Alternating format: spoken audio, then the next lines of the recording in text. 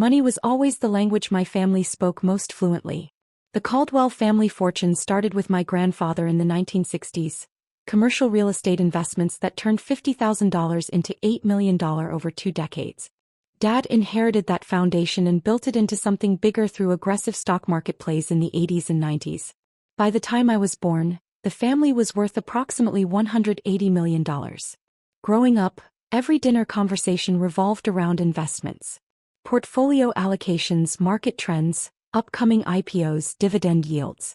My older brother Marcus, 7 years my senior, absorbed it all like he was born for it. By 16 he was managing a $500,000 trust fund Dad set up for him as a learning experience. My sister Vanessa, 4 years older than me, got her own $500,000 trust at 16 too. She turned it into $1.2 million by 23 through careful blue-chip stock selections and municipal bonds. When I turned 16 I asked about my trust fund. Dad had looked at me over his reading glasses. "Let's see how you do with your savings account first, Lily. Investing isn't for everyone." But Marcus and Vanessa got theirs at 16. Marcus and Vanessa showed aptitude. "You're more creative. Basic. Not everyone has a mind for numbers." I'd gotten a savings account with $10,000 instead. The message was clear. I wasn't smart enough for real money. I heard it constantly growing up. "Lily's the creative one," Mom would tell her friends. "Marcus has the business brain, Vanessa has the analytical mind, and Lily has the artistic soul. Every family needs balance." What she meant. Every family needs someone to be less than the others. I wasn't bad at school. I got A's in everything including mathematics. But when I brought home my report card with a perfect score in AP Calculus, Dad glanced at it and said, "That's nice, honey. Marcus just made $47,000 on a tech stock play. Did you want to hear about his strategy?" By college I'd stopped trying to engage with family investment discussions. I studied economics at Yale, paid for by a trust fund that was controlled by my parents and distributed in small monthly allowances, so I'd learn budgeting. Marcus got his full trust access at 21. Vanessa got hers at 22. I was 24 when I finally asked about mine. "We've decided to keep yours in trust a bit longer," Dad said. "You haven't shown the maturity level needed for that kind of responsibility. Your spending habits are concerning." My spending habits consisted of rent, groceries, and student loan payments. But I didn't argue. I just nodded and continued living on my $2,800 monthly allowance while Marcus bought a $3.2 million condo in Manhattan with his distributions. After Yale, I took a position at J.P. Morgan as a junior analyst in their investment management division. Entry-level work, nothing glamorous, but I was good with data. Very good. I could see patterns in market behavior that others missed, identify undervalued assets, predict sector rotations before they happened. My family never asked about my work in any meaningful way. Family dinners still revolved entirely around their investments, their strategies, their gains and losses. "How's the bank job?" Dad would ask occasionally. "Good. Still doing basic analyst stuff?" "For now." "Well, everyone has to start somewhere." Marcus started in the mailroom, and look at him now. Marcus had spent 2 weeks in a mailroom as a college internship before Dad gave him a position managing $12 million in family assets. But I didn't point that out. What I didn't tell them, I'd made VP at JP Morgan by 28. My portfolio management team handled $4.7 billion in assets for high-net-worth clients. My personal compensation was $1.8 million annually, plus performance bonuses that added another $3 to $4 million per year. What I definitely didn't tell them, I'd been building my own investment portfolio since I was 22, starting with the small inheritance from my grandmother that bypassed the family trust structure. $75,000 that I'd turned into $8 million through aggressive but calculated plays in emerging tech, biotech, and strategic options trading. By 32, I had $94 million in personal assets. I lived in a modest apartment in Brooklyn, drove a 7-year-old Toyota, bought clothes from J.Crew. My family assumed I was barely making ends meet on my bank salary, probably around $80,000 a year in their estimation. "Must be tough in New York on your income," Vanessa had said once, her voice dripping with sympathy. "Let us know if you need help with rent." "I'm managing fine." "You don't have to be proud, Lily. We're family." There's no shame in accepting help when you've chosen a less lucrative path. I'd smiled and changed the subject. 3 years ago something interesting happened. Dad, Marcus, and Vanessa had a crisis. Their investment strategy, aggressive individual stock picking with heavy leverage, worked brilliantly in bull markets but was catastrophically vulnerable to corrections. When the market dropped 18% over 6 weeks in early 2021, their leveraged positions got margin called. They lost $67 million collectively. Nearly 40% of the family wealth evaporated. Dad called an emergency family meeting. I flew home to Greenwich, Connecticut, sitting in the same dining room where I'd been told countless times that I didn't understand investing. "We're restructuring everything," Dad announced, his face gray with stress. "We need to consolidate our assets, create a unified family investment strategy, bring in professional management." "What about your individual portfolios?" I asked. "We're merging everything into one family fund," Marcus said. $110 million in combined assets. "We need professional management, not a bank but a private wealth advisor who understands high net worth families." "Have you found someone?" "We're interviewing candidates. We need someone brilliant, someone with a proven track record, someone who can rebuild what we lost." "What are the requirements?" "Minimum 10 years experience, verified performance history managing $500 million plus in assets, expertise in both growth and preservation strategies," Vanessa listed. "Dad's working with a headhunter." I nodded slowly, said nothing. Over the next 3 weeks I watched them interview candidates. They brought 5 prospects to the house, all men between 45 and 60, all with impressive credentials and expensive suits. They chose Bradford Whitmore. 61 years old, 35 years experience, managing partner at Whitmore Wealth Management. Conservative, traditional, exactly what they thought they needed. The problem: Bradford's actual performance history was mediocre at best. His verified returns over 20 years averaged 6.8% annually, barely beating the S&P 500. His expertise was mostly in maintaining existing wealth, not growing it. His client base consisted primarily of old money families who wanted someone trustworthy to do nothing risky with their assets. He was a terrible choice for rebuilding what they'd lost. But I said nothing.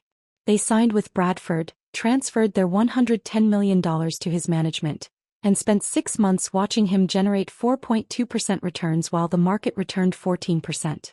At Thanksgiving that year, Dad was visibly frustrated. "Bradford's too conservative. We're not making back what we lost." "You need someone more aggressive," Marcus said. "But everyone aggressive wants to charge 2% management fees plus 20% performance fees. It's highway robbery." "Maybe we should manage it ourselves again," Vanessa suggested. "And risk another crash? We can't afford to lose more." I ate my turkey silently. "Lily, you work at a bank," Mom said suddenly. "Do you know any good investment advisors?" "Some. Anyone you'd recommend?" I considered my answer carefully. "I know someone. Very good track record, aggressive but calculated strategy, reasonable fees. But they're selective about clients." "How selective?" "Very. Minimum investment is usually $50 million and they only take clients they believe they can really help." "Could you make an introduction?" Dad asked. I could ask. No promises. "What's their track record?" 22% average annual returns over 8 years. Verified by external audit. The table went silent. 22%? Marcus's voice was skeptical. "That's impossible to maintain." "It's verified. I've seen the documentation." "What's the name of the firm?" Vanessa asked. "LMC Capital Management." None of them recognized it. Why would they? I'd established it 5 years earlier as my personal investment vehicle, named with my initials. Lily Marie Caldwell. Structured through layers of legal entities, nothing obviously connected to me. "Can you set up a meeting?" Dad pressed. "I'll reach out. They're very private. No guarantees." I left Thanksgiving dinner and spent the weekend setting up the infrastructure. My attorney drafted the management agreement. My accountant prepared the verified performance history. All legitimate, all auditable, all showing exactly what I'd told them. The following week I sent them the contact information. An email address, a phone number that routed through my corporate structure, and a calendar link for scheduling. Dad called me 3 days later. We reached out to LMC Capital. They want to meet next week. Can you join us? Since you made the introduction, it might help. I'll try. I have work commitments, but I'll see what I can do. The meeting was scheduled for their house in Greenwich on a Tuesday afternoon. I arrived 15 minutes early, wearing a Saint Laurent suit I'd never worn around my family before, carrying a Bottega Veneta briefcase, looking every inch the successful executive I'd always been but never showed them. Dad answered the door and stared. Lily. Is everyone here? Yes, but you look different. I came from work. Conference calls all morning. Where should we meet? He led me to his study where Mom, Marcus, and Vanessa waited. They all looked at me strangely. The expensive suit, the confident posture, the aura of professional competence I'd carefully hidden for 3 decades. LMC Capital should be here any minute, Dad said. Thanks for coming, honey. Your introduction might really help us. I sat down, opened my briefcase, removed a document. They're already here. What? I slid the document across the desk. LMC Capital Management. Lily Marie Caldwell, Founder and Chief Investment Officer. That's me. The silence was absolute. Marcus picked up the document, his hands shaking. This is a joke. It's not. LMC Capital is my firm. I've been managing investments for 8 years. Currently overseeing $680 million in assets for 17 clients, plus my own portfolio of $94 million. You're worth $94 million? Vanessa's voice was barely a whisper. As of yesterday's close, yes. 94,700,000 approximately. Dad's face had gone pale. How? I'm good at investing. Turns out I have a mind for numbers after all. But you work at JP Morgan, Mom said weakly. I'm a managing director at JP Morgan. I run their emerging markets investment division. I handle that portfolio during business hours and run LMC Capital independently. My compensation from JP Morgan last year was $6.8 million. LMC Capital generated another $18 million in management fees and performance bonuses. The numbers hit them like physical blows. $25 million, Marcus said slowly. You made $25 million last year. Approximately. And you live in that shitty apartment in Brooklyn. It's not shitty. It's efficient. I don't need space I won't use. Why? Dad's voice shook. Why didn't you tell us? You never asked. You spent 32 years telling me I wasn't qualified to invest, that I didn't have a mind for numbers, that I should stick to my savings account. I saw no reason to correct your assumptions. We thought you were struggling, Mom said. I know. You offered to help with my rent. You sent me a $5,000 check for Christmas last year, to help with expenses. You suggested I get a roommate to split costs. You worried about me constantly because you assumed I was barely surviving. You could have told us, Vanessa said. Like I told you about my perfect score in AP Calculus? Like I told Dad I wanted to learn about investing when I was 12? Like I asked about my trust fund at 16, 21, 24, and 28? I told you plenty. You just never listened. Marcus found some anger. This is manipulative. You let us think. I let you think what you wanted to think. You assumed artistic meant stupid. You assumed creative meant incompetent with money. You assumed that because I wasn't loud about my success like you two, I must not have any. So this is revenge? Dad asked. No. This is business. You need investment management. I provide investment management. I'm the best person for the job regardless of our relationship. We can't hire you, Marcus said. It's too weird. I shrugged. Then hire someone else. But Bradford Whitmore is generating 4% returns in a 14% market. At that rate you'll rebuild your losses in approximately 17 years. I can do it in 4. How? Vanessa demanded. I opened my briefcase, removed a presentation deck. 80 slides of detailed analysis, strategy frameworks, sector allocations, risk management protocols. Everything they needed to see that I knew exactly what I was doing. I walked them through it for 90 minutes. My investment philosophy, my track record, my specific strategies for their situation. I showed them client testimonials, verified performance data, external audits. By the end they were silent. Your returns are legitimate? Dad asked finally. Completely verifiable. I can connect you with my clients, my auditors, third-party verification services. Everything is documented and transparent. Why didn't you tell us? Mom repeated. Because I wanted you to value me for who I was, not what I had. I wanted you to respect my intelligence, my capabilities, my contributions. Instead, you spent 3 decades dismissing me as the family's artistic failure. We never said failure, Vanessa protested. You didn't have to. Every time you explained to someone that I was the creative one, the subtext was clear. Every time Marcus and I were compared, the implication was obvious. Every time my career was described as nice, while yours was impressive, I understood exactly what you meant. No one could deny it. So what happens now? Marcus asked. That's up to you. You need investment management. I'm offering my services. Industry standard fees. 1% management fee, 15% performance fee. Those are actually lower than what I charge most clients because of the family connection. You charge us? Mom looked shocked. I charge everyone. This is my profession.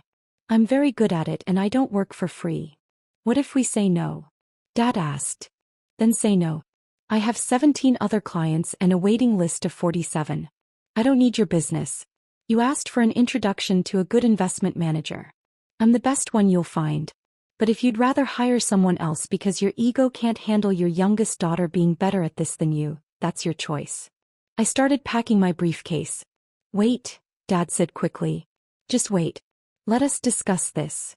I'll give you privacy. I'll be in the living room. I walked out, leaving them to their crisis. Through the closed door I could hear raised voices. Marcus arguing this was humiliating. Vanessa insisting it was too weird. Mom worried about family dynamics. Dad surprisingly defending the numbers. They were undeniable and he knew it. 20 minutes later, Dad emerged. We'd like to move forward. But we have concerns about the family dynamics. Such as, how do we separate business from family? How do we make sure this doesn't ruin our relationship? We establish clear boundaries. During business hours, I'm your investment manager. You treat me with the same professional respect you'd give any advisor. Outside business hours, we're family. The roles don't mix. What if we disagree with your investment decisions? You signed away decision-making authority when you chose Bradford. Same terms apply here. You set your risk tolerance and goals, I execute the strategy. You get quarterly reports and can ask questions, but day-to-day decisions are mine.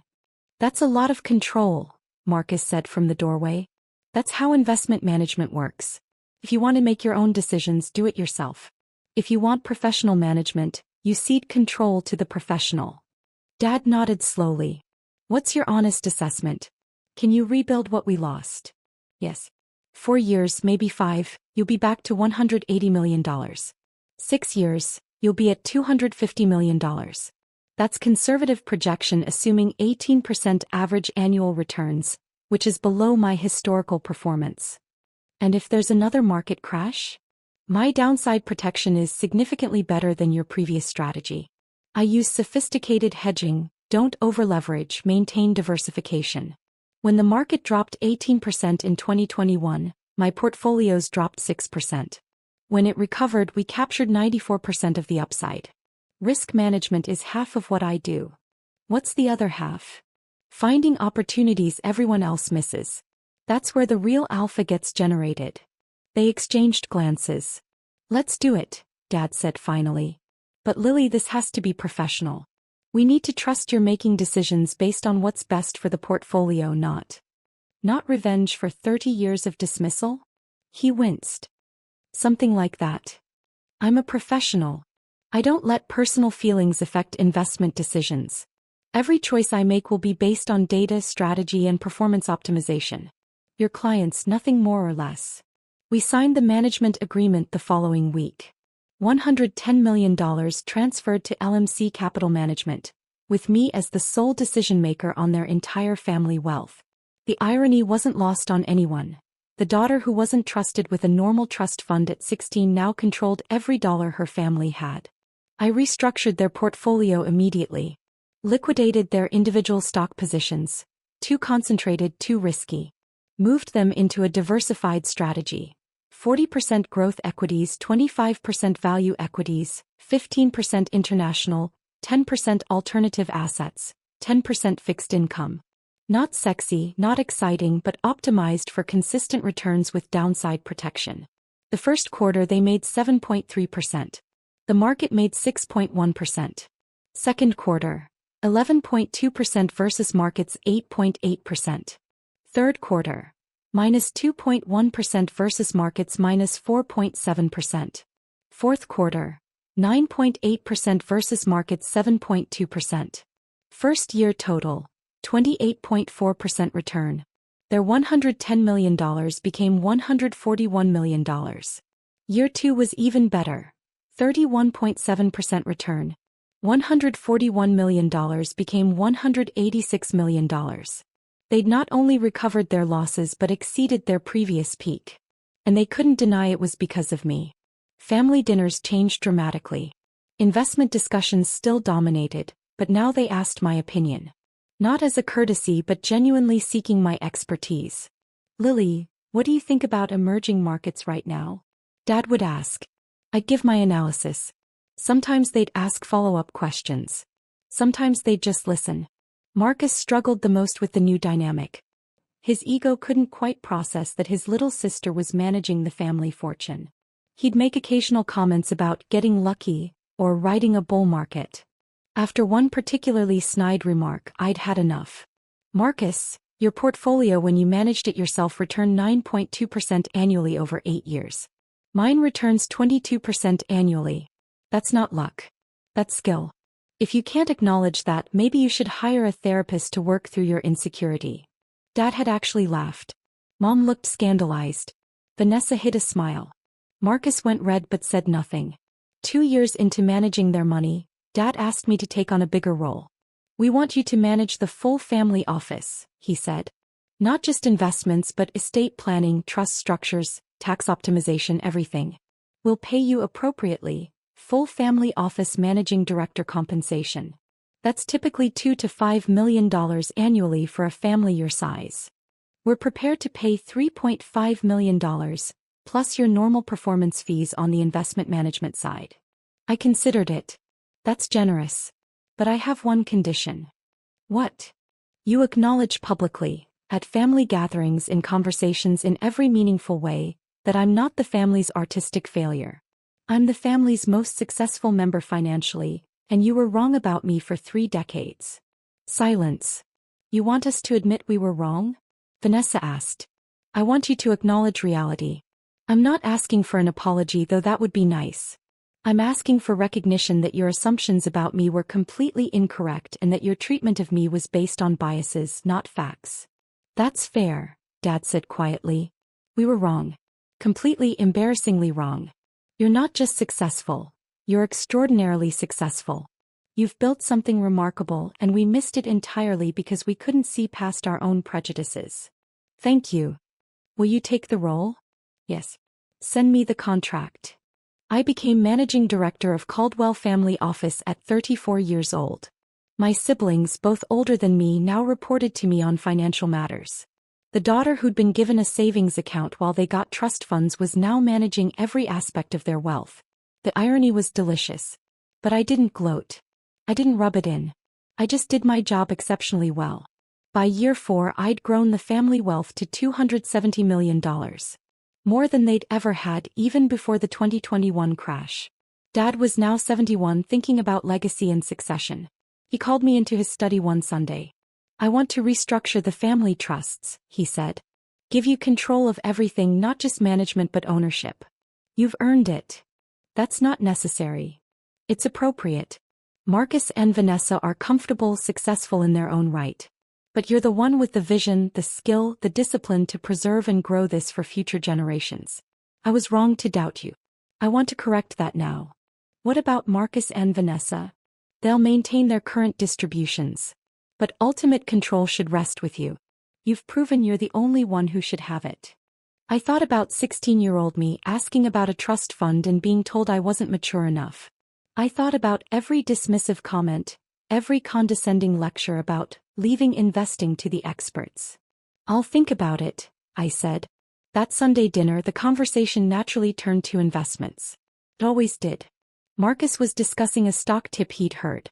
Tech startup, huge potential. I'm thinking of putting $500,000 in personally. What's their revenue model? I asked. Still developing it. But the technology is revolutionary. Sounds risky. You can't make real money without risk, he said with some of his old condescension. That's basic investing. No, that's gambling. Investing is calculated risk with comprehensive analysis. Not everyone can be as cautious as you, Lily. I set down my wine glass. My cautious approach generated 31.7% returns last year. What did your stock picks generate? That's not fair. You're a professional. And you're the one who told me to stick to my savings account because I didn't understand investing.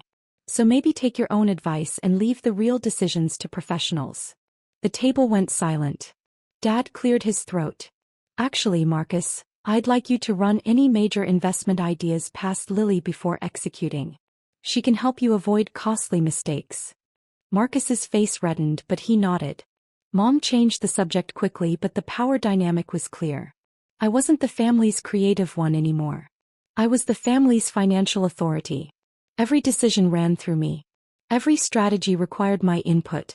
The daughter who'd been told to leave investing to the experts now was the expert everyone deferred to. A month after Dad's succession conversation, I received a text from my portfolio manager at JP Morgan.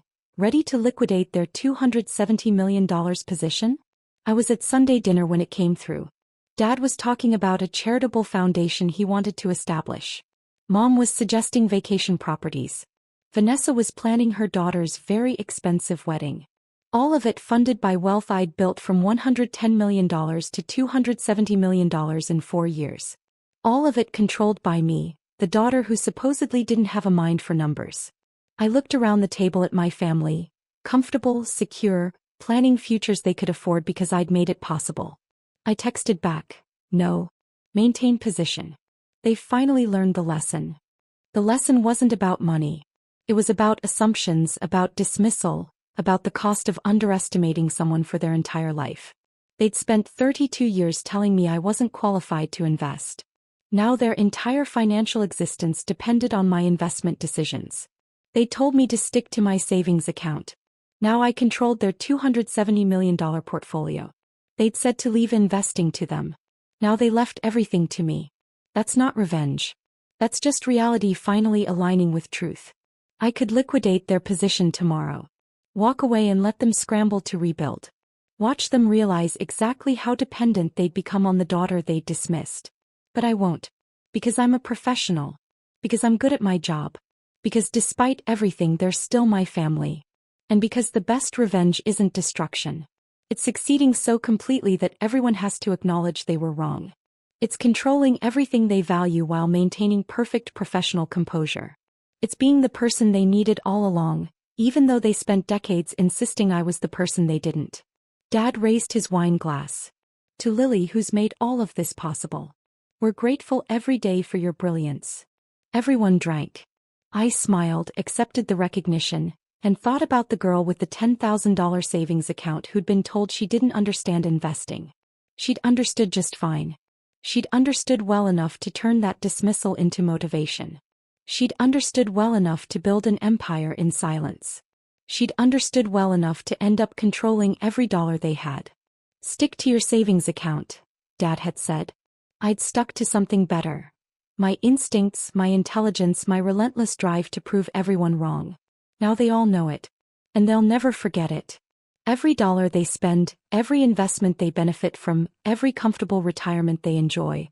All of it exists because the daughter who wasn't qualified turned out to be the most qualified person in the family. That's not irony. That's justice. And I earned every single dollar of it.